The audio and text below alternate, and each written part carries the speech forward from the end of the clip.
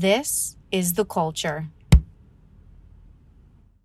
Hello and welcome back to another episode of Jersey's Finest, our interview podcast where we talk about artists, creativity, and everything in between. I am your host, Darian Scannelli. I'm joined by my co-host, Liz Seiko. Hello. And for this episode, we are joined by someone who is our friend and also someone else who came from our esteemed program that we've talked about so much on this channel. She's an actress and performer. Her name is Jenna Scannelli. Jenna, how are you? Hi, I'm good. I'm good. Welcome. Thank you. I'm excited. Thank you so much. Awesome, of course. So you're a performer. You love musical theater. So thought the appropriate first question would be, do you remember the first Broadway show that you ever saw? Yes, I do. I'm almost positive that it was Lion King. I'm back and forth between Lion King and Legally Blonde, but I'm pretty sure that it was Lion King with my family friends, and I was probably 9 or 10 years old. Yeah. Okay. So what year would that have been? Maybe. Oh my God, don't make me do math right now. We're thinking like 2005 era, 2006. Sure. Okay. Sure. Legally Blonde was out that It early? might have been a couple years later because I have a very strong image of myself in a leopard dress, of course, New Jersey. And I also was in a cast because I had a broken ankle and it was baby blue. Okay. So it had to have been a couple years later. This is crazy. This is great. How my brain works. This is how my brain works. That whatever show it was, potentially either Legally Blonde or Lion King. Lion King for sure. Was that the moment that you became interested in the arts, or was there something else that kind of pulled you in that direction? Honestly, no. It was really crazy how I got into musical theater. It was very random. I was a competitive cheerleader since I was like 5 years old until 11 or 12, and that was my entire life. Literally every day I was training. I had practice every day. I was taking private tumbling classes. My summers were cheer camp. So my life was cheerleading. I was literally going to go to college based off of like how good their cheer team was. Like that was my plan. Wow, that's so interesting.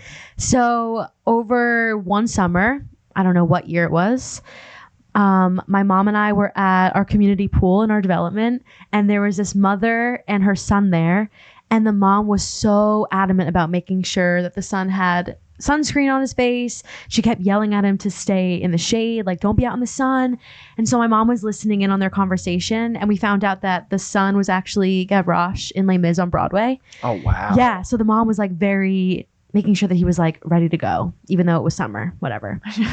I don't know. And so my mom, being who she is, kind of was eavesdropping and like brought herself into the conversation, was like, oh, you know, what are you doing here? Blah, blah, blah, whatever. And the mother was like, is that your daughter? My mom said, yes, of course. And she called me over and she was like, do you sing at all? And I was like, I guess so. Like, I liked to sing. Nobody knew that I sang, but I was like, sure, yeah, why not? I'm 11. Like, I have no fear. Yeah, sure. you're like, let me try it. Yeah, Let's I'm like, see. yeah, okay, whatever. Everybody can sing. And she was like, can you sing for me? So I was like, yeah, come on. So I sang Tomorrow from Annie, and the whole pool went silent. It was like a public area. Everybody's yelling, screaming, and the whole pool was like zip, silent. And the woman was like, oh my gosh, you need to put your daughter in voice lessons. Like, she's really good. I was like, yeah, sure. Come on, let's do it. So long story short, I quit cheerleading and I started pursuing voice lessons. I got into a little bit more of TV and film before I started musical theater. Nice. I signed with a manager. Her name is Shirley Grant Management. She manages like younger kids. Fun fact, she managed the Jonas Brothers before they became the Jonas Brothers. Just saying.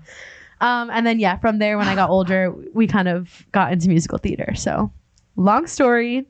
No. Liz is jealous on the floor. I'm stuck on the Jonas Brothers. Isn't that cool? That's crazy. Yeah, Jonas Brothers, Christina Ricci. Who else? You're famous. You're practically You're so famous. famous. No, but that's so crazy. So, and then what, were you interested in the TV and film route because of that? Or were you wanted to skew more towards musical theater at that point? I don't know, to be honest with you. I guess because I was so new to it all, I didn't really know where I fit in the industry. I knew that I wanted to be a part of it. And because I was younger, my manager was like, I think right now we should focus more on like commercials and film and TV, because as a 11, 12-year-old, there's not much theater. Yeah. Broadway is like a no. And at the time, Broadway was like adults. Like, you were on Broadway when you were in your 30s and plus. Mm-hmm. So me as a kid, there were very, very few opportunities. And then once I got into like my preteen era, 18 and up, that's when we started pursuing musical theater. Because at that point, it was like getting more serious. Mm-hmm. There was more opportunity. for outside like community theater, regional theater. So it was kind of like a stepping stone, I guess. Yeah. Yeah. And then obviously like you went to high school, we're in like the performing arts program. Yeah. Were you doing things still outside of high school while like taking those performing arts classes? Yeah, so I was doing a lot of community theater. Okay. I worked a lot at Count Basie Theater in Red Bank. Nice. They had like a children's theater company there, Phoenix Productions it was called.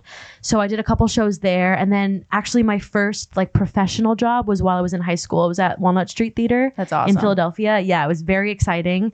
I did Aspects of Love, which is like never done. It's an Andrew Lloyd Webber musical that's actually really great because I know that Andrew Lloyd Webber is not always the greatest writer. But so I ended up doing that, and I actually had to like make a deal with the school because I needed to be out of school Wednesdays through Fridays. So I was in school Monday, Tuesday, and then I would leave Wednesday, Thursday, Friday, and then I would come back. So I was in school 2 days a week, and I had to do all my assignments and everything like at home by myself. That's crazy. I didn't know that actually. Yeah. Wow. I Yeah. didn't either. What year was that? It was, oh my gosh, sophomore year? Okay. Yeah, sophomore year Wow, for sure. that is crazy. Yeah, it That's was awesome, cool. though. And honestly, my grades were the best they ever were that Were year. they? Because you were like, 'Cause you were I gotta happy. do this. I was happy. I was doing everything on my own time. Like I was nailing it. Yeah. And so like at that point, did you already know like, okay, I'm going to college for this, I'm going to study this? Or was it still kind of just like, oh, I like this, let's see where it goes? Yeah, I think once I started at Howell High School and I got into the program, I realized pretty quickly on this is what I'm going to do forever.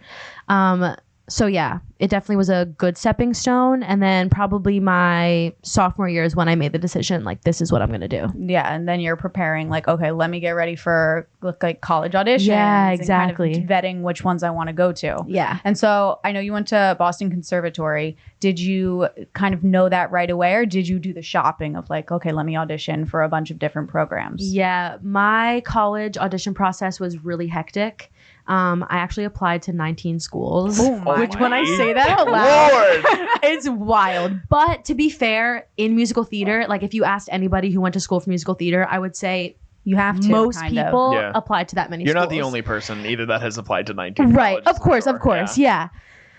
So once I got to the end of my college audition process, I was in between Montclair State, Syracuse, and Boston Conservatory. Those were like my three top schools. I loved Montclair. I was like this close to going there. I didn't love Syracuse so much. And I liked Boston Conservatory, but I couldn't necessarily afford it. Mm-hmm. So that was kind of a big factor. And then after a crazy whirlwind of events, I ended up going to Boston Conservatory. Nice. Yeah. Was the audition process what you sort of expected when you were kind of, so how many, I know you said you applied to 19 schools, so did you do Yeah. 19 auditions? I did 19 auditions, but actually it worked out pretty well because a lot of musical theater programs attend this event called Unifieds. Yeah. So I ended up going to both. They do it in Chicago and they do it in New York City. I went to both of them. So I did audition 19 times, but I auditioned most of them in the same location, which Okay. was very convenient. But it was exhausting. I knew that it was going to be hard, obviously, especially like being younger. Like you're It still has in to be school. super daunting at like 17, 18 years Exactly. old to audition 19 times in Yeah. a short amount of time. It was, yeah, it was wild. But I was lucky enough to had already been in the industry for a decent amount of time that I knew what the audition process was like. Yeah. I think living in New Jersey is very convenient. Getting into New York City is very easy. So I was already kind of in that field. So I knew what I was going to get myself into. But once I started, I was like, oh my gosh, like this is just exhausting. It was mentally draining. It was emotionally draining. It was just a lot. But yeah. I mean, it ended up working out. But looking back on it, I'm like, wow, I don't ever want to do that again. I don't ever want Which to do is it crazy again. too, because it's like you already had experienced auditioning in a way. Yeah. Some kids just go in and it's their first like major audition. Exactly. Like people that live in or Texas or Oklahoma, they're like, yeah, I flew to New York City today for the first time ever. I'm like, oh my gosh, like you have no idea No, and they have what no this is. awareness of like that pressure of sitting in Yeah. a pre-audition room with people that you're not necessarily competing against because Right. you're trying. You're obviously auditioning for the same spot, but you might not be going head to head. But still, you Exactly. feel that pressure because then people put on performances while waiting, and it's just a Exactly. lot. It was a lot. It was a lot. It was rewarding, but there were so many times I would go to school the next day crying. Or I would be like in 8th period and I'd be like looking at my phone like, did I get accepted? I got rejected. I'm like, right. Oh my God, I gotta pull it Oh together. my God. It was a lot. But we made it to the other side. Exactly. You made it. Yeah. So when you eventually did decide on Boston Conservatory, how was the training for you? It was amazing. It was really great. I enjoyed it a lot. It was hard because Boston Conservatory accepts so many students. Mm-hmm. Some programs only accept 10, some accept 20. My class, before we even got to school, I want to say our starting class was maybe like 70 people. Wow. Yeah, and then you're broken up into cores. Wow, that's crazy. It was a lot. So by the time I got there, we probably ended up with like 60 something. And then you were broken up into smaller groups. So my class was maybe like 12 to 15, which is still a lot if you think about it. It was a lot of students. And is it broken into groups like musical theater, like concentration, so they do or how do they musical break theater, it up? music, and dance. Okay. And if you're accepted for musical theater, everybody that's in your class, regardless of what core you're in, is there for musical theater. Okay. The only time you would be with other majors is if you were in like a writing class or like a gen ed type thing. A gen ed. It was a conservatory, so there weren't. Yeah, I was gonna say we had like a writing course, and there was maybe like a biology. I don't know. you probably have to take psychology, like maybe? like Yeah, language. Gen Ed. Yeah, probably. yeah. It's Something really like just that. so that you can graduate college. Exactly. But yeah, other than that, it was fantastic. I was working with like industry professionals who were like back and forth between New York City and Boston to teach because they were working professionally either on Broadway or they were working regionally. So having that was really helpful to kind of like prepare yourself for what the actual real world is like. Yeah. But it was great. It was conservatory, so it was only performing, which I knew I wanted once I had committed to the idea of going to college. So my classes started at 9 a.m. and I went till 7 p.m. and it was literally just performing all day long. Yeah. Which was amazing. That's really what I wanted. Yeah, for sure. I'm curious just because I've never been there. How was like the art scene in Boston? Oh my gosh. I love Boston. It's fantastic. If you've never been there, you have to go. It's the best place ever. It's very artsy because you're also very close to Northeastern University, which has a lot of art students as well. We're also right next door to Berkeley, which they've now merged. So it's Boston Conservatory at Berkeley. Oh, okay. They're like one school. So that was really nice too, because you can kind of break into other like events with other people, or if they were doing like a cabaret or like a jam session, you can kind of like pop into that a little bit. So that was really cool. But I'm not sure how the program is anymore now that they've merged with Berkeley, but I'm sure the opportunity has really opened itself. Yeah, which is cool. probably. Yeah. I'm curious, is there like a educator that either from like college or even high school that really kind of just influenced you the most out of everybody? Or was it kind of just overall you took little bits and pieces from each like Yeah, I teacher? feel like, I mean, obviously being in a performing arts high school was very helpful because like I said, it was setting you up for what the real world was going to present to you. Yeah. And, you know, you were working with people that understood how this works and understood, you know, the craft and everything. So I would say majority of my teachers at Howell were very helpful. I don't know if there was like any one specific person, but also because I was already like starting to work professionally at that point, a lot of the directors that I worked with or classes that I took in New York, they also like pitched in ideas on what they thought I should do, which was nice. Yeah, so I guess it was just like a Little bits and combination. pieces from like each one. Yeah. Yeah, because I feel like sometimes people are like, this person changed my life. And then some people are like, no, I mean, I liked all of them, but I kind of figured it out my own way. It was weird because when I was in high school, like maybe junior year, I was tossing around the idea of taking a gap year to just go right to New York City and just hit the ground running right away and just see what would happen. Nice. But most of the people that I spoke to were like, I think you should go to school, like, because school's so important. And it is. Looking back on it, I wish I had taken a gap year. Yeah. But I also don't think I would have done what I have done. So it's... Yeah, it would have been like a completely different path. Yeah, like who's to say? You know what I mean? You never know. But, yeah. I don't know. No, yeah, right. Yeah. I mean, everything happens for a reason. So obviously Yeah. you wouldn't have ended up where you are now. Yeah. If any of that happened. Exactly. You know Yeah. what I mean? In terms of auditioning in general, going back for a second, what are your thoughts on it in general? Do you enjoy the process of auditioning? Do you hate it? Like I feel like most people do. Tell me how you really feel. I want to like it. I want to like auditioning, but I don't. I don't know what it is. It doesn't make me nervous, really. Sometimes it does. It depends on what the project is. The initial audition, I'm kind of indifferent about it because it's just so wild. Like if you talk to a normal person who like works in an office and you told them what you do every day, they'd be like, what? Yeah. You're in a room with hundreds of people who look just like you. They sound just like you. They went to the same school. They've done the same shows as you. And you're each going in separately for 30 seconds to sing a song and then hope that the person sitting behind the table like had a good lunch and is like excited to see you. Yeah. So it's like you get a lot of that a lot of the time. Of course, you have like the pressures of auditioning because now as like an adult, I'm kind of like, okay, this is my job. And if I'm not working right now, then what am I doing? So like the pressure of that is kind of like, okay. It's not just fun anymore. It's exactly. I'm like, this is like my livelihood. Yeah. Mm-hmm. Like this is like what I do for a living. So if I'm not doing that, then like, what am I doing? So no, I don't like auditioning, but I'm working on it. Because it is most of your job. I'm so happy that you said that you don't, because I feel like like at least growing up, people say to you, if you don't love auditioning, you won't make it in this like world. Okay. And it's like, no, auditioning really isn't that fun actually, It's it's just interviewing over and over and over again. Not. But some people really do enjoy it. That like there are some auditions I've been to where I'm like, wow, that was so fun. I would say dance auditions I like better. Oh, okay. Because you're moving around, you're with a group of people. It's like a free class. You're also like, even if I don't get it, I got a good exercise. Exactly. But the auditions where you're sitting around all day and then you're going in to sing 25 seconds of a song that 75 other girls just sang, you're like, this is so boring. Yeah. I think that's what it is. It's boring to me. Yeah. I just want to be working. I just want to be working. Me and my friend talk about this all the time. Please hire me. I don't need literally. I'm like, just let me be working always, and I'll be happy. It'll be great. Well, that's what we want, though.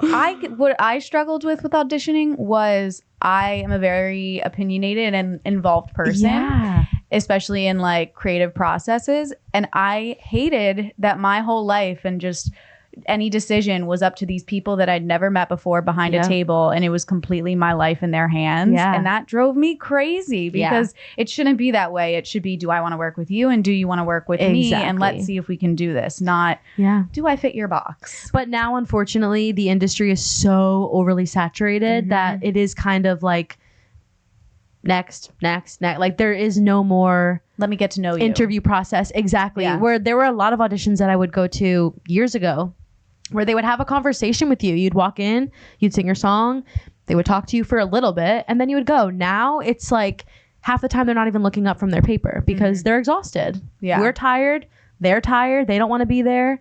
So all this to say, it sounds very negative, but it is a good process. Yeah, it's necessary, obviously, but it's just hard, especially now. This climate and like this, I don't want to say post-COVID because I feel like that'll never be a thing. Well, I was going to ask you, did you have to do a lot of like self-tapes for a little while? Which, to be honest with you, I go back and forth. There are times where I do prefer it because I think it weeds out a lot of people who are either not right for the project, or that's really it. People who aren't right for the project. Because again, you're sitting around all day waiting to be seen if you're going in for, you know, like a union job. If you're going in for a Broadway tour or a Broadway show and you're not in that union, then you're waiting around majority of the day. So yeah, self-taping at home, you're in your own home. You can do it as many times as you want, which is great. So I do almost prefer that. But the one thing that you miss out on is like making connections with people and like having them actually see you, getting to know them, letting them get to know you, because there's only so much that you can get to know the person by being like, hi, my name is Jenna Scannelli and I'm singing blah, blah, blah. Yeah. They don't know who you are. So I feel like there's a higher threshold for people to forget watching self-tapes because I feel like they just go through like that monotonous cycle of seeing the same thing and the same thing and the same thing. Yeah, it's exhausting. There really is a difference when you're in person with somebody and you can form a deeper relationship and you can just feel like an energy, whether it's a positive or a negative one in the room. Yeah. So I think, wow, that's so interesting. The whole self-tape thing to me is interesting. But I've obviously never had to do it, but it's really helpful nowadays though, because now it's kind of like a combination. A lot of projects, they'll do an initial self-tape where they'll just ask for something brief. And then from that round, they'll call people in to see you in person. So that's kind of nice. Whereas before it was, you were being cast merely off of a tape, which is very very challenging. Yeah. So I kind of like the combination now. Yeah. Yeah. Yeah. For Because sure. the first round, now they can just be like, nope, nope, nope, nope. Exactly. Right. Versus sitting for hours. Right. And then they get not mean, but sometimes they get a little bit more bitter. They're or on agitated. edge. Yeah, exactly. Now at least you know, okay, if I'm here after you saw me on my tape, I know that I have like a little bit more of a chance than I did before. Yeah. A smaller pool of people, I guess. Mm-hmm. Yeah. So let's talk about what your auditions have led to, because after high school and after you were studying at Boston Conservatory for a little bit, you started getting jobs on national tours of certain shows, and then you've worked in the cruise industry, which I think is Yeah. super interesting. Mm-hmm. So if you could just talk a little bit about both of those experiences, like national tours versus cruise ships. How are they different? How are they similar? What do you prefer? Just go down a rabbit hole. We're here to listen to it Yeah. all. Oh my gosh. I love this question. National tours and cruise ships are so different. They're similar in the sense that you're away from home, you're traveling. I guess that's really it. Let's go ahead with national tours first. So my first national tour I did, The Wizard of Oz. I was 19 years old. Yeah, 19 years old. I had just finished my first year at Boston Conservatory, and this was like a big deal, a huge deal for me because, like I said, I wasn't sure I wanted to go to college. I wanted to just jump into the industry itself. And so the fact that I had only gone for 1 year and I was able to book this on my own, no agent, no manager, was like a very proud moment for me. And it kind of like solidified, like, I'm doing the right thing. I'm on the right track. So that's that little rabbit hole right there. So because I was so young, my experience was a lot different than I think what it would have been today. And it wasn't negative by any means. It was one of the most amazing contracts I've ever done in my entire life. That sounds very dramatic, but it's just so true. I've met some of my best friends that I love so dearly.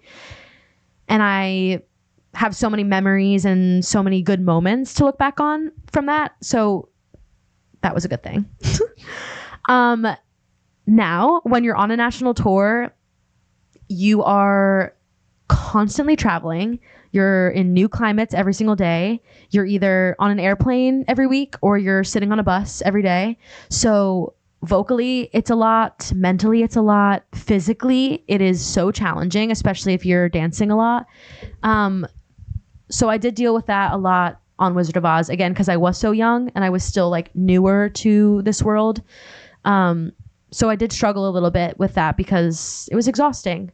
But I also was very fortunate because even though it was a non-union tour, it was a cushy schedule. We had week or longer sit downs, which nowadays on a non-union tour is so uncommon.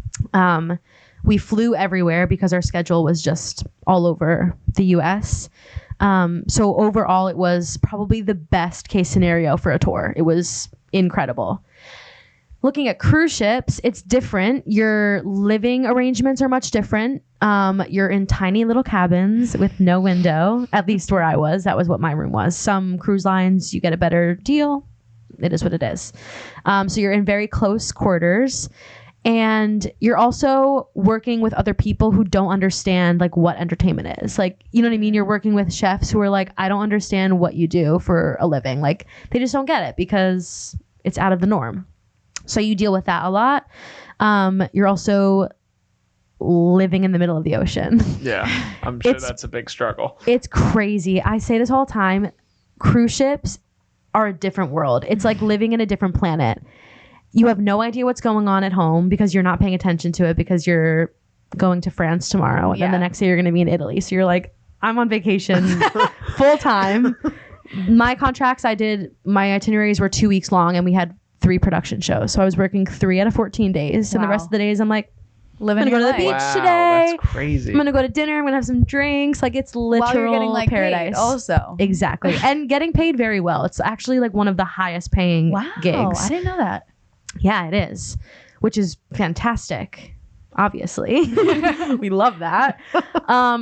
So very different, very different. You're with different groups of people. Your life is different. Your routine is different. Your schedule is very different.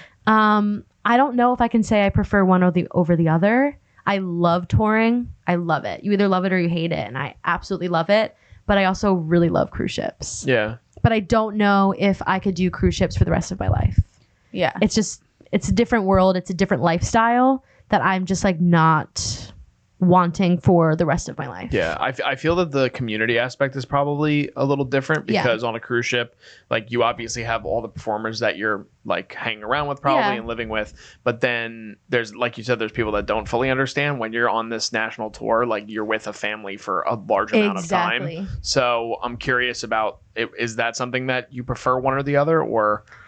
Yes, I definitely prefer that aspect, merely because of the connections that you make with people. Obviously, you're making connections with people on cruise ships as well. Like I've met incredible people who I still stay in touch with to this day, but it's harder because most of those people, majority of those people, live in different countries. Yeah. So as great of the bond that you've made, it's so hard to see them again. It's so hard to like keep that relation going. Whereas touring, my best friends were on the tours that I did, and I can see them so easily. They live in New York City. I can hop on a bus, spend the day with them, and that's that. But regardless, I feel like when you make connections with people, no matter where you meet them, if you want that to work and you want that to last, like you go out of your way to make it happen. So I don't regret any of that on ships, because I feel like the people that I've met and have wanted to stay in touch with have molded me and like pushed me to keep going forward, because this industry is so hard. So you need to surround yourself with good people. Yeah. If you don't have good people in your corner, you're going to suffer. So I am grateful for that. But overall, I definitely prefer touring over cruise ships. Absolutely. I know you talked a little bit about on Wizard of Oz when you had some struggles just physically with the schedule, even though you said it was like sort of cushy. Were there certain struggles on your second tour with Charlie and the Chocolate Factory that made it a little harder? Different struggles. That tour, there were a lot more one-nighters, which for those of you who don't know, it's exactly what it sounds like. A one-nighter is one night spent in a city. You stay in the hotel that night, and then the next morning you're on the bus to go on to your next place. That's crazy. It's a lot. Wild. It's crazy. And again, my first tour, I was so lucky to not have that. So how many shows did you do on this tour? For Charlie and Chocolate Factory? Well, there were 2 seasons, because the first season that I went out with it was pre-pandemic, and then we got shut down right when the world shut down. Oh, wow. But they told us, we were so lucky. They told us when they sent us home that they will bring us back. It was just a matter of when. So that was really what was keeping us all going, which was bizarre. It was very crazy. So then the second year we went out, there were some people that were there on the first season, and then some people that were new. So I think overall, I'm pretty sure I'd done over 200 shows with Charlie. Wow. I think so, yeah. Wow. Give or take. Yeah, right? Definitely over 200, now that I'm thinking about it. I don't know. I think I have it on my Instagram. This was over how many? Like, I know you said it was pre-COVID and post-COVID, so how many years was this? Let's say maybe like 1 full year. Okay. Because the first season we went out, we were only out for 3 months. It felt like we had been out for years, but we only were out for 3 months. And then the second season, we were out for 6 or 7 months. So let's say like a full year. Okay. Yeah.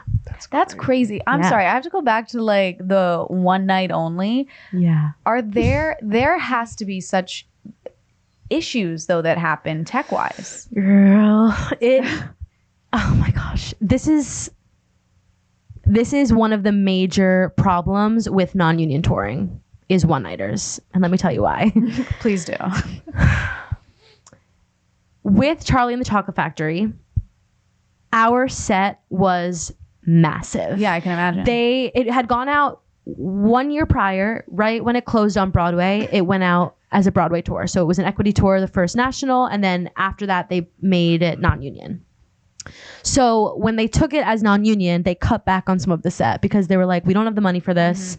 And the venues that we're going to are significantly smaller, still very large, but some of them are smaller than what you would see on an equity tour. Yeah. So even with the set being cut back, it was massive. So loading into some of these venues was challenging in itself. Our one night venues, they're one-nighters for a reason, because they're middle of nowhere cities. Yeah. The theaters are very small, very old. They're not necessarily fit for our show, but that's where they want us to go. Exactly. So we had like a plan A and a plan B, sometimes a plan C. There were a lot of technical issues, obviously, because not only are you loading in your your set and your people for the first time, but you're also working with brand new people who don't know your show. Yeah. Because we always have locals who help with your show, always. But they've never seen Charlie and the Chocolate Factory. They have no idea when flies are coming in. They have no idea when, you know, something is being rolled on. Like they have no idea. They're seeing it for the first time. They haven't been doing rehearsals. Exactly. And us, actors are very dramatic. It's just what it is. Someone had to say it. Someone had to say it, and I'll be the first one. I know that I'm dramatic. And I'm proud of it. I am. I am who I am. You're not going to change me. But so it was very challenging because we're like, this is now a safety issue. Mm-hmm. Like, I know that you're new and you've never seen this before, but you have human beings on a moving set piece and you have children in the show. Yeah. So we got to get this rolling. So that was very, very, very, very challenging. Luckily, we only had, I would say maybe like 1 month where there were a lot of one-nighters. After that, we had like split weeks, which was like 3 or 4 days in a venue, and then you'd go to the next one. Or we had week or plus sit downs, which was very nice. So it was a good combination. But once we were going into that one-nighter month, we were like, okay, you really have to prepare yourself for it because it can make or break you, truly. Like there are people that can't handle it and like won't accept non-union tours for that reason because they just can't do one-nighters. And I get it. You got to be ready for it. Wow. Yeah. Because also think about it. Like you're sitting on a bus for sometimes 8 or plus hours and then you're expected to do a show that night. Yeah. So now you're like getting up. You're like, oh my God, my hips are cracking. My back is like, I feel like I'm a hunchback right now. Like, it's just exhausting. And now you have to suddenly turn it on because people are paying to see your show. They don't care that you sat on a bus all day. Yeah. They don't. And they deserve to see just as good of a show as somebody who is at a theater where you have a week-long sit down. Like it just, it's a lot. It was a lot. And it's not even like you can go on kind of like robot mode because you're in a total different theater that you don't necessarily, it doesn't match up to where you were just at. So you kind of have to be fully aware also of your own surroundings. Yes, exactly. Because you're also in a new venue that you've never seen before. You don't know how this works. And a lot of these venues are a lot older. So you have to just always be aware. That's like the main thing, be aware.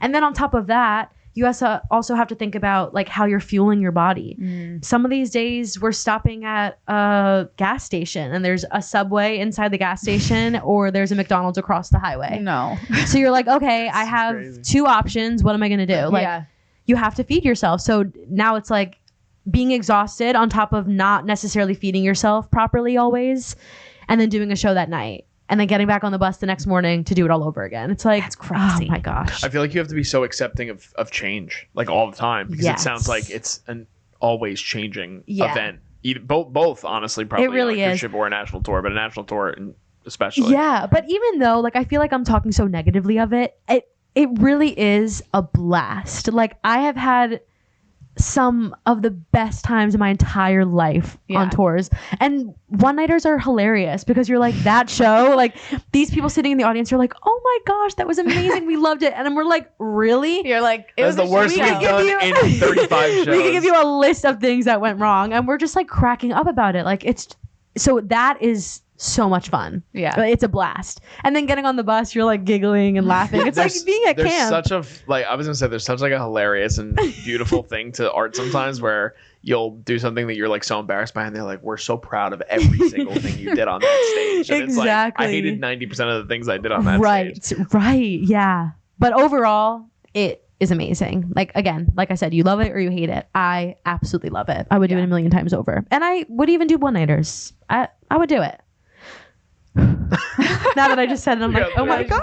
Well, okay, let's talk about one of like the big positives that I feel like people, whenever they see somebody on tour or even on a cruise ship, they're like, oh my God, you get to travel so much. So like, did you always kind of want to travel, or was it being on a tour and cruise ship that really gave you like the travel bug? Yeah, I feel like growing up, my family and I were always traveling. We were always going on vacations. We grew up as a cruise family. Like I went on cruises with my family from, I don't know, like a baby. Like I was always on cruise ships. So when I was younger and I was just starting to break into musical theater, I remember sitting in the audiences on cruise ships and being like, that's going to be me one day. Like I'm going to do that. And my mom was like, of course. Like you can do that. Why not? So then when I booked my first cruise contract, I was like, wow, this is so cool. Full circle moment. So I feel like I've always wanted to travel just because I've done it since I was young. But I have been so fortunate to have been able to travel to where I've been to. Like, I would not have gone to half the places I've been to if it weren't for cruise ships. Yeah. Cruise ships specifically, because your itineraries are a little bit more extravagant than on tours. Like, cool, I've been to Kalamazoo, Michigan. Like, that's exciting. Okay.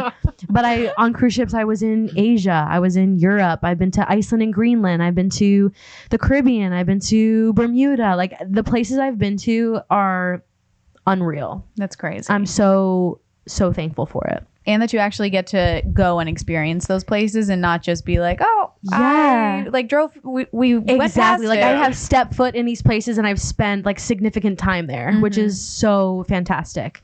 There are some places I would love to go back to and like actually have a vacation at instead of just being there for like a day or two. Yeah. But amazing. It's kind of like sample testing, and like when you go in like a store and they're like, we have free samples. It's Yeah, like, if you exactly. If you literally don't like a vacation spot, you're like, oh, I got to try it. Exactly. And I don't like it. I don't like it and I don't want to go back. Exactly. So that's so crazy. Yeah. In terms of the actual shows that you've been performing in and things like that, is there a process when you approach a new show or a character that you have? Yeah. So most of the shows, if not all of the shows I have done professionally, I have been in the ensemble and I've understudied multiple or just one principal character. So in that aspect, I like to focus specifically on my understudy track before we even begin rehearsals, because they'll send you your script and your score, so you can at least do some homework before you get there. So in that instance, I will always make sure that my understudy material is relatively learned to the point where like I don't need to spend so much time on it when we actually get to rehearsals. Then this way, once we begin rehearsals, I can now focus on my ensemble track, like my actual role, and then sprinkle in the work with your understudy track. So I would say that's most of my practice. Yeah.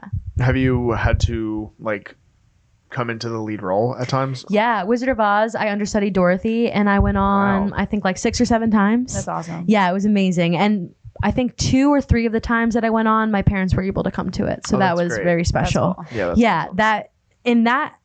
Like when you look at understudy tracks and performing, it's so exciting because everybody wants to go on for their understudy track. People that say they don't want to, they're lying to you. They want to. They want to. Yeah, because it's hard. It's a slippery slope when you talk about understudies because, and it shouldn't be. Let's just get that out there. It should not be, but it is. Sometimes, the person that's actually playing the role, I don't want to say intimidated, but it's awkward. It's weird because you're kind of sharing the role. And there's, pride that comes into play and jealousy sometimes. People are not always comfortable letting go and calling out of a show to let somebody else perform it, even though they may not be well. Yeah. So it can be challenging, but when you do get to go on, it is so exciting for not only yourself, but everybody involved, because it's now a new show. Everybody brings something different to that role. So to have an understudy go on it's amazing. It's so much fun. It's like a rush. Yeah. Because I feel like also their energy is just unmatched. Exactly. At that moment. Yeah. Especially if it's their first time. Right. stepping Like into the you're role. excited. You can't wait to do it. And again, the people that are sitting in the audience, they have no idea. Yeah. They don't even know. So now they're getting to see something so special, which I think we need to appreciate a little bit more. If I can just segue into Love that it. a little bit, because I feel like understudies and swings are not appreciated enough. There are so many times, and I am guilty of this too, I'm the first one to say it, that I get to a theater and I overhear people being like, oh, the understudy's on tonight. Oh, the swing is on tonight. I'm like, wait, Why does that I know matter? what you mean. Like, I get it. Okay, so you're not able to see Patti LuPone and company. You're seeing her understudy. And Yeah. like that in itself is very special for not only that person, but you as well. Like you're seeing a different show. You're seeing a different take. So I think that we all need to collectively appreciate our understudies and swings. I was one of those people at 11 years old. Of course. I was. I get it. I'll out Who did you want to myself. see? Well, I went to see. I had wanted to see for years. I wanted to see Jersey Boys, and it so was good. it was when what's his name was in the show, the main guy who won the Academy Award, the Tony. I'm the See, worst this is at so this bad. game. This I'm is the embarrassing now. worst. Hold on, I'm gonna Google. We'll edit this. I can't help. I'm sorry. Original cast. Okay, let's see. John Lloyd Young. John Lloyd Young was supposed to be the like main person in Yeah. it, and then I think it was the understudy was understudy on. for like it was only like the third time the understudy went on, and I was like 11. So I was like, this stinks. I know. I get it. I understand the show, so Yeah. it's like I totally understand where you're coming from. Yeah. But and I think it's important to recognize like how, like you said, how important of a moment that is for the person finally being able to be in the spotlight for once, because they've worked incredibly hard, just as hard as the lead who had that and it's role. hard being an understudy. I can only speak from being an understudy because I don't have experience in being a swing. I would like to, but being an understudy is so freaking hard. It really is. It's incredibly rewarding and I love it. But it's so hard because not only are you responsible for your own track, but you're also responsible for multiple, which is a lot of work. You have to constantly be thinking about it. You need to constantly be prepared. Mm-hmm. It's very tough. Like as an understudy, when you wake up one day and you're sick, you're like, shoot, like I'm sick now and it's not going to be an issue, knock on wood, but what happens if, so-and-so calls out tonight? Mm-hmm. It's your responsibility to step into that. So there's a lot of pressure. And I think that's why I get sensitive to people being like, oh, it's the understudy. Because I'm like, wait, I don't think you understand how much work goes into that. It's like a second job. It's very, very hard. And now, since COVID, swings and understudies have literally saved performances from not having to cancel. So it's like, you're upset about it, but you're seeing a show tonight. Yeah, come on. Exactly. Yeah. Can you just explain in case anybody's listening that doesn't know the difference between an understudy and swing? Yes. So an understudy is somebody who is in the show full time and is covering one of the principals or a supporting character. A swing, however, is most of the time somebody who is off stage. They're not in every performance and they will cover majority of the ensemble members. You can also have on-stage swings who will act as an ensemble member and will cover multiple ensemble members. But yeah, swings are responsible mostly for ensemble members and understudies are responsible for the principal roles. Perfect. Yeah. There you go, everyone. Yeah. Hope you're learning something. You learned something new. Yeah. In terms of performing is there one medium in performing that you prefer over the others? Like, is it singing, dancing, acting, or do you like all of them equally? Okay, this is so controversial and I feel like musical theater people watching this are going to be like, oh my gosh. I don't like acting. And let me explain. I feel like out of the three, that is my weakest. And so I'm very self-conscious when it comes to acting. Even talking about it, I'm like sweating. It just makes me nervous. I recognize that. I know that it's something I need to like lean into a little bit more. But I thrive when it comes to singing and dancing. Yeah, Put me in a dance call, give me something to sing, and I will thrive. Give me some sides to read, and I'm going to be sweating a little bit. That's crazy. Yeah. Well, I mean, there's everybody who falls under every camp, probably. Of course, right? I mean, there yeah. are people even in film and television that when they finally sign up to do a musical, they're Yeah. probably terrified. Exactly. I remember yeah. what was it, Russell Crowe who did Les Mis, and he got so much backlash, and maybe He did. rightfully so. I don't know. I've never seen it honestly, but You haven't? no, I haven't seen the You should. film version. You should just look up Stars. Okay. Stars. Just watch that. Okay, I will, Great actor. but can't sing.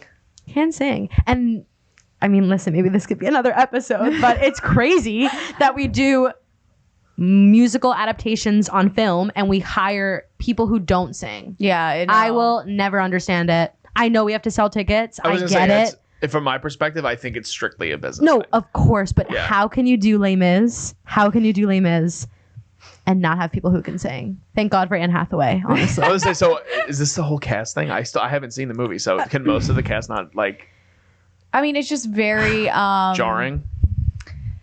It's very how do I say, like they're just not leaning into the musical No. aspects at all. They're And making it's all sung. Yeah. It is only singing. Yeah.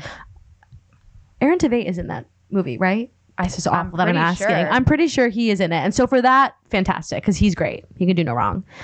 But No, it's literally like as if they went at it from a lens of straight acting and then we're like, Exactly. you can't sing, just try your best, and that's what we want. just try your best. No, that's Sometimes exactly I feel right. like sometimes you discover people though that also didn't know that they could sing. That's right? true. That Like, is true. Andrew Garfield had never done anything before Tick Tick Boom, right? No. And like I know this is an older example, but I think John Travolta That's was not true. known for anything. That's and then true. he did Saturday Night Fever and Grease, and I think he's great in both of them. So But Tick Tick Boom is actually a really, I don't want to say easy. musical to turn into a movie because it's not necessarily sung so pretty. Yeah. Andrew Garfield, again, he can do no wrong. I think he's perfect. But I think that musical, you can kind of have somebody who's not as good of a singer because they're patter songs. So you can kind of like sing it a little bit. Gotcha. Well, Les Mis is like, it's like chef's classical kiss. yeah, I was gonna say, it's like, It's like It's like the epitome like of opera classical songs musical in there theater. that you need to have classical training for, and then you have people, and you're like, wait, Amanda why? Seyfried. Like what's Crazy. happening right now? Right. Great actress. Yeah. Can't sing. Love Wait, you, girl. I'm very curious. This is not really off topic, but I'm just curious. Have either of you guys? I haven't seen it. Have either of you guys seen Cats? Like the movie version? Yeah. No, because I heard it was horror. I have did too, not. but I feel like we should do a watch along. I think so too. I I've heard not it's seen the really movie. I have seen it live. I saw it on Broadway, the revival, and I actually saw it on Oasis of the Seas, Royal Caribbean. They have cats Okay. on a cruise ship, which is I can't even so crazy, so crazy. Cats is I terrible. that movie was like ripped to shreds. Yeah, Taylor Swift is in it. There's a lot of people in that. James Corden. James Corden, Yeah. he's like the ultimate musical movie, I don't know, genius, I guess. Well, that's a. Well, I don't know if I want to use that word. Association with James Corden. he just always seems to be like the first pick. I don't understand it. Yeah. Now I don't see him anywhere. Might be because of Cats. Maybe. It's possible. Well, I That's think so sometimes they embarrassing. pick. I think like some people that are super theater fans, but they can't actually do Broadway, is when they're like, "Put me in the movie." Yeah. Put me in the movie of like the remake. true. Because they're like, I won't make it on stage. Right. God. But then you have last 5 years. This is crazy. This is like a Oh. whole different topic. But last 5 years, you have Anna Kendrick, Yep. who seems like she's just a movie and like TV actress, but Homegirl was doing theater from a young age. And she kills it. Mm-hmm. Nails it. You should watch it if you I haven't love seen Anna it. Kendrick. I haven't seen it, but I should Oh my watch gosh, it. That's- it's so good. But do it it's when you good. need to cry. Like Okay. if you got to be like ready for it. Like Okay. if you're not in the right headspace, don't watch it because it'll kill you. Yeah, it's not like it's not a campy musical No, at all. no, it's Okay. heartbreaking. Mhm, it It's, is. there's another. Once is like that too, right? I haven't seen Once, Once, yeah. but I've heard that's another one I've heard is really, really great. Yeah. I like some of the more like modern movie music. Like, did you see Sing Street? Have either of you guys seen Sing Yes, Street? No, I and they're haven't. actually in the process right now of making that into a musical. They had an off-Broadway run of it. That film. Yeah. Love that film. So great. And Begin Again too, which is from the same director that did Once. Oh, Begin Again is more of a interesting. narrative, and they have like music playing throughout this original. Yeah. That's Mark Ruffalo and Oh. Keira Knightley. Wow, love That's a that. great movie. You should see that too. For your going back into your performances and things like that, have you played your dream role yet? And if not, what do you think your dream role is, or are there multiple? I think there are multiple. I have not played my dream role yet. I am, like I said, I am always in the ensemble understudying, which I am very proud of. I like I said, I feel like I thrive there because I'm very comfortable in both realms. So I'm grateful for that. But no, I have not had the opportunity to play any dream roles. Right now, this is so cliche. I would be any of the queens in Six. Yes. Anybody would. That's I- definitely a dream right now. And I'll be any of them. I'll even be an alternate. Actually, I'd prefer to be an alternate because then you can play all of them. Mhm. Which, come on.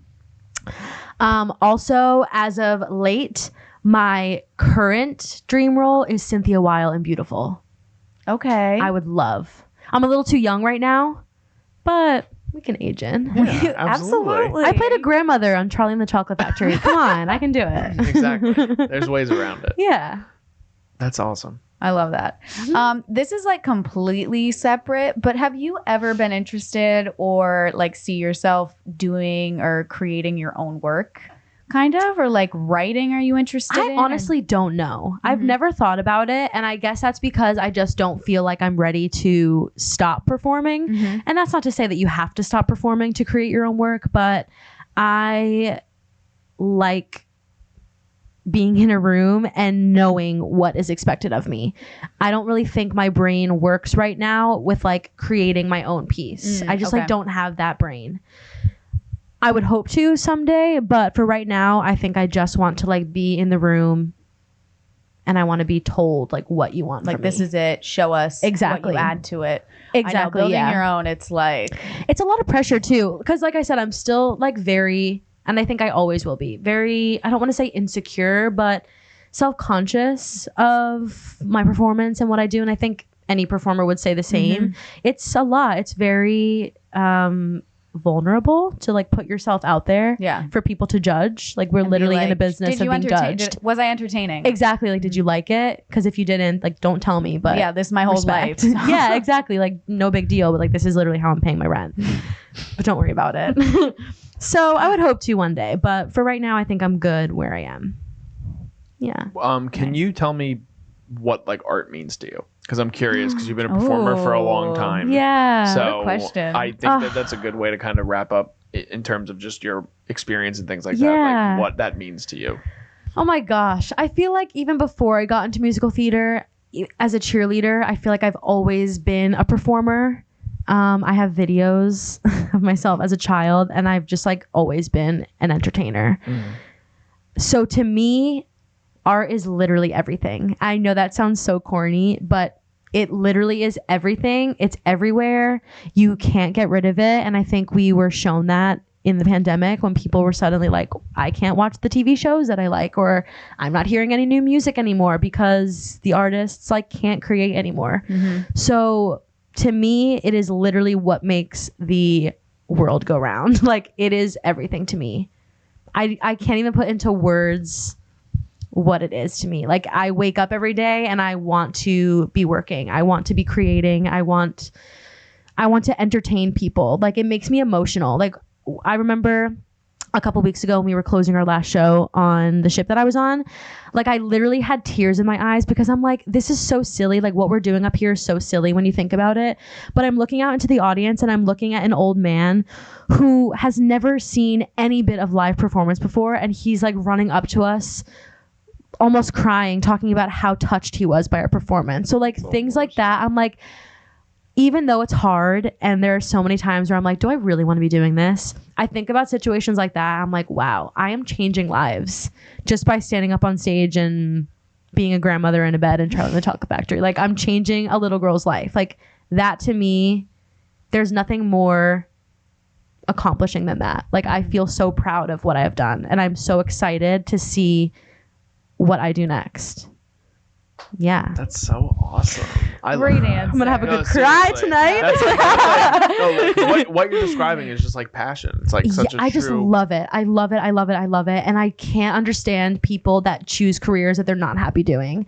I know that this industry is filled with so much uncertainty, and there are so many people I talk to, especially on cruise ships, that are like, so what do you do like for a living? Like what's your real job? I'm like, no, this is my real job. Like this is it. My life. This is what I do. You work in an office, this is what I do.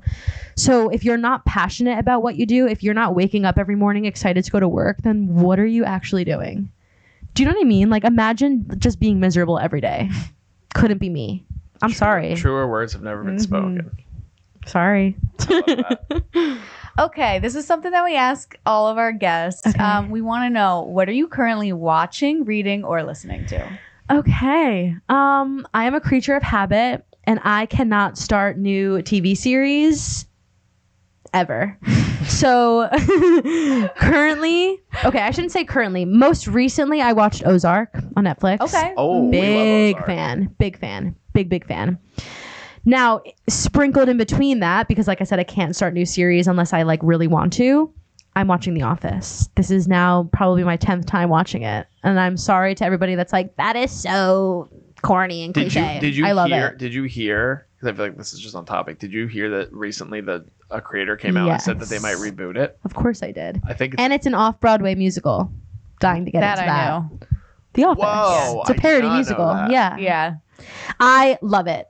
I'm sorry, I love it. So I have been watching that over and over. I will literally finish the last episode and I go right back to the beginning. It's your comfort show. It's my comfort show. I feel it's so ridiculous. I feel so close to these people. Oh my God. Like when I finish it, I'm like, I can't do anything else. Like these are my friends. Yeah, Yeah, you're you like, don't oh my want to leave them. You don't want to leave them, so you go right back to them. That is so embarrassing, but it's true. I love it. I love it. What I'm listening to, Podcast or music? I was just going to say, I'm trying to get into podcasts more. My mind is always moving. So to like sit down and just listen to like spoken word is so difficult for me.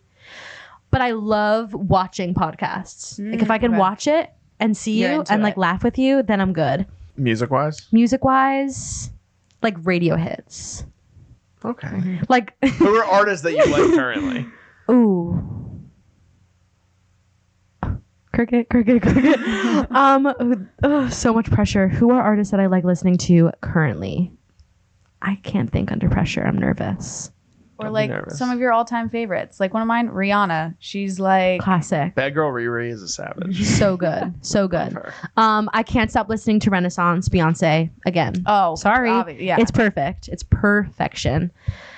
Wish I could have gone to see her tour. I regret not going. But I'm listening to that on repeat always. And I'm sorry. I'm listening to today's hits on Apple Music. Okay. It's just, it is what it is. I like it. I skip through a lot of them, but yeah. it's You find the comfort. ones you like, yeah. I'm a creature of habit. I can't, even though I don't want to, I just can't. Are you able, do you listen to like musical soundtracks for fun? Or are you at the point where you're kind of like, I can't. I always say, I'm like, and I like want to say things. I think about it. I'm like, oh my God, this sounds like a pick me girl. I'm not trying to be that girl. I'm not like musical theater girls. No, it's true. I really am not. Like, I feel like I am the least musical theater person. When I'm with my people, my musical theater people, I can break You're out in and it. like, Yeah. I'll act crazy with you. But when I'm with people who are like, are normal, I'll act normal. So I never watched Glee growing up, which is crazy. People always yell at me. I didn't watch Glee. I didn't really watch Smash. So no, I don't really listen to Broadway soundtracks. Sometimes if it like really catches my attention, I'll give it a listen. I really liked the Hamilton soundtrack when like Hamilton first came out. Blew up and Obviously, was, everybody loved it. Again, so cliche. Everybody loves Hamilton. And if you don't, okay. I'm trying to I think love like, that take. what? Like, that's crazy. I'm trying to think what other soundtracks I've listened to that I really enjoyed.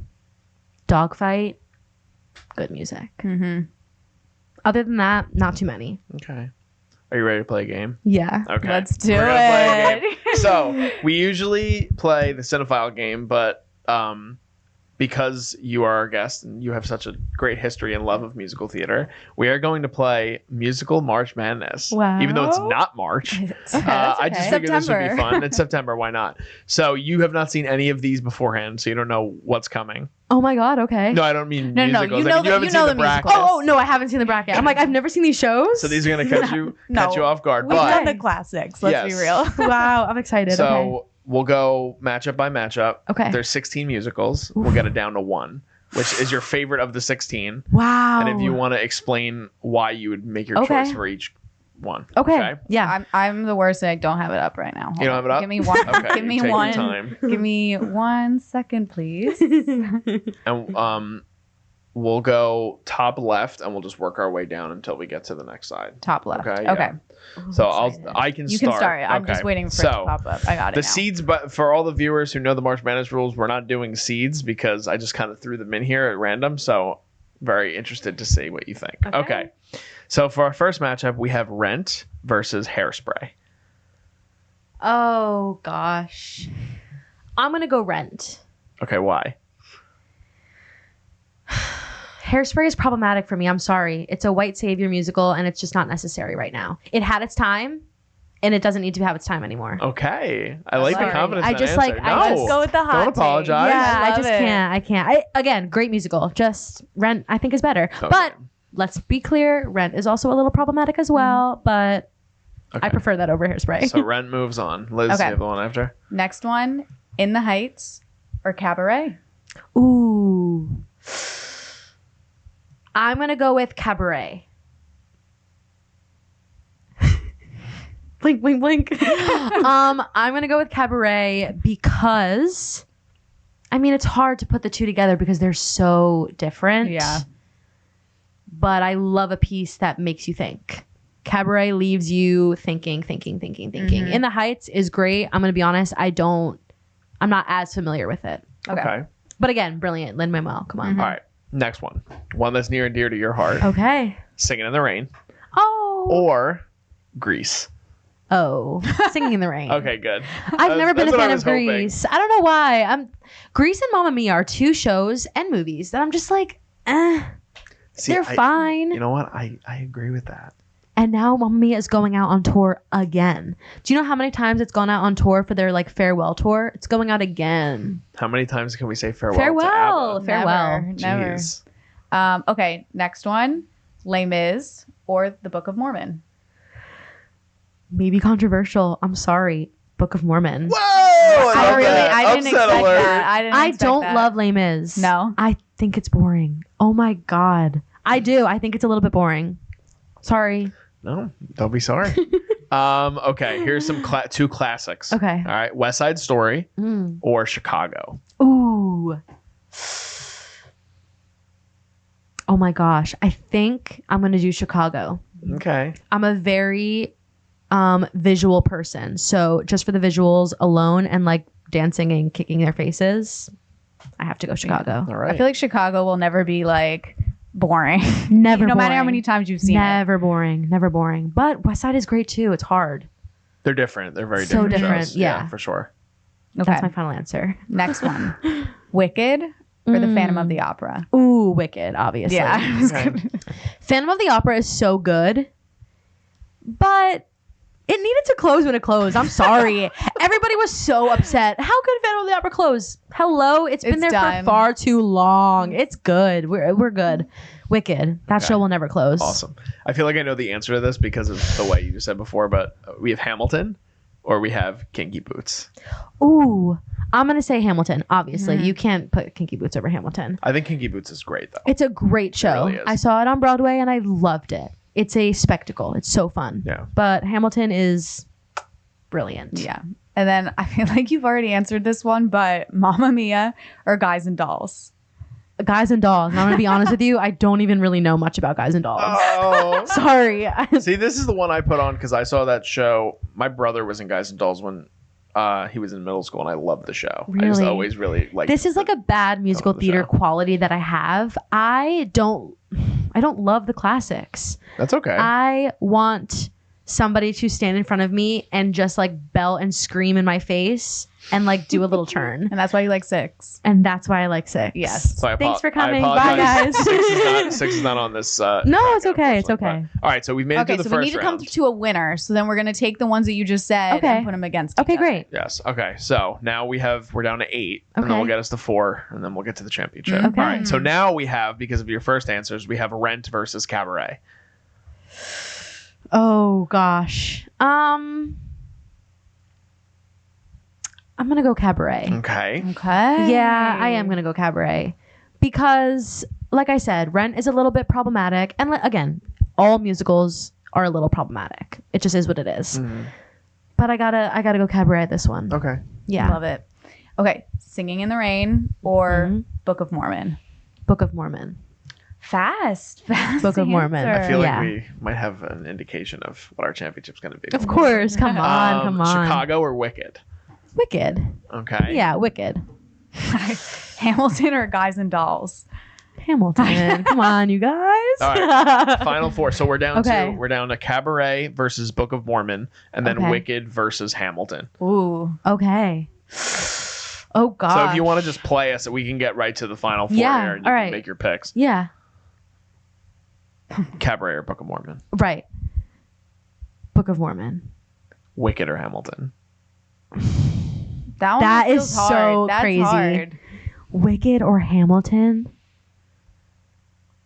Oh my gosh. I feel like I have to go Wicked. Okay. Did you think I was gonna say that? No, I thought You we thought I were was gonna. gonna say I thought we were gonna Hamilton. get down to Book of Mormon and Hamilton. I want to say Hamilton so bad, Wicked, but though? how can you get rid of Wicked? I think that's a almost perfect show. I think that that's the show that should just be on Broadway longer than It will be. It'll be Yeah, there like, forever. it'll be there I forever. hope. Yeah. It's so good. Oh my gosh, and it's never gonna stop touring. Oh, it's so good. Is that an indication of our winner? We were down to What are we Wicked and the down? Book of Mormon. Oh, it has to be Wicked, of Okay. course. Here we Yeah, go. of All course. right. I loved Book of Mormon though. I actually saw the reworked version. After COVID, they like rewrote some of the show Wow. because it was like a little bit too offensive. Mhm. I mean, it's still very offensive, but it's funny. Oh my God. Well, Trey Parker and Matt Stone wrote that, right? Didn't they? Yes. Yes. Yeah. Who are the creators of South Park? Yes, So that's it right. makes That's right. sense That's that right. it's as crude Yeah, and yeah, as crazy yeah. as it is. It's wild. Yeah. All right. So round of applause for Wicked. Yeah. Are there any, before we leave, is there any shows that were not on that list that you want to give a shout out to that are some of your faves? I gotta give a shout out to Six, of course. Mhm. But little curveball here, Miss Saigon is like one of my favorite musicals. That's recent, right? Like a few years ago? The revival, yes. Oh, the revival. Okay. Beautiful show, beautiful music. Also, ooh, here's the thing. Like, I want to say Hadestown because everybody's like, Hadestown. Yeah. It's good music. It's not necessarily a great musical, in my opinion. Like the story? would I you don't say, know. or- I don't know, to be honest with you. I don't know. I got to get back to you on that. I got to think Let it me over. know. Okay.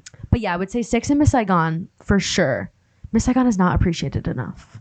All right. Or maybe We'll, it is, we'll and I put just Miss don't know. Saigon in our next musical. Okay, Mark. next sounds one. good. So Jenna, thank you so much for coming on. Thank you. Thank you so we had much. so much fun having you, Yeah. and definitely come back. Yeah, Absolutely. definitely. Thank you. Thanks. And we're just going to sign off here. Make sure you guys, if you don't already, just subscribe to the YouTube channel here, Culture Wave Media Network. We're also on Instagram @_Culture Wave Media, as well as @Jersey's Finest Pod. Just signing off. I am Darian Scallamoni. I am Liz Seiko. I'm Jenna Scannelli. We'll see you guys next time. Thank you.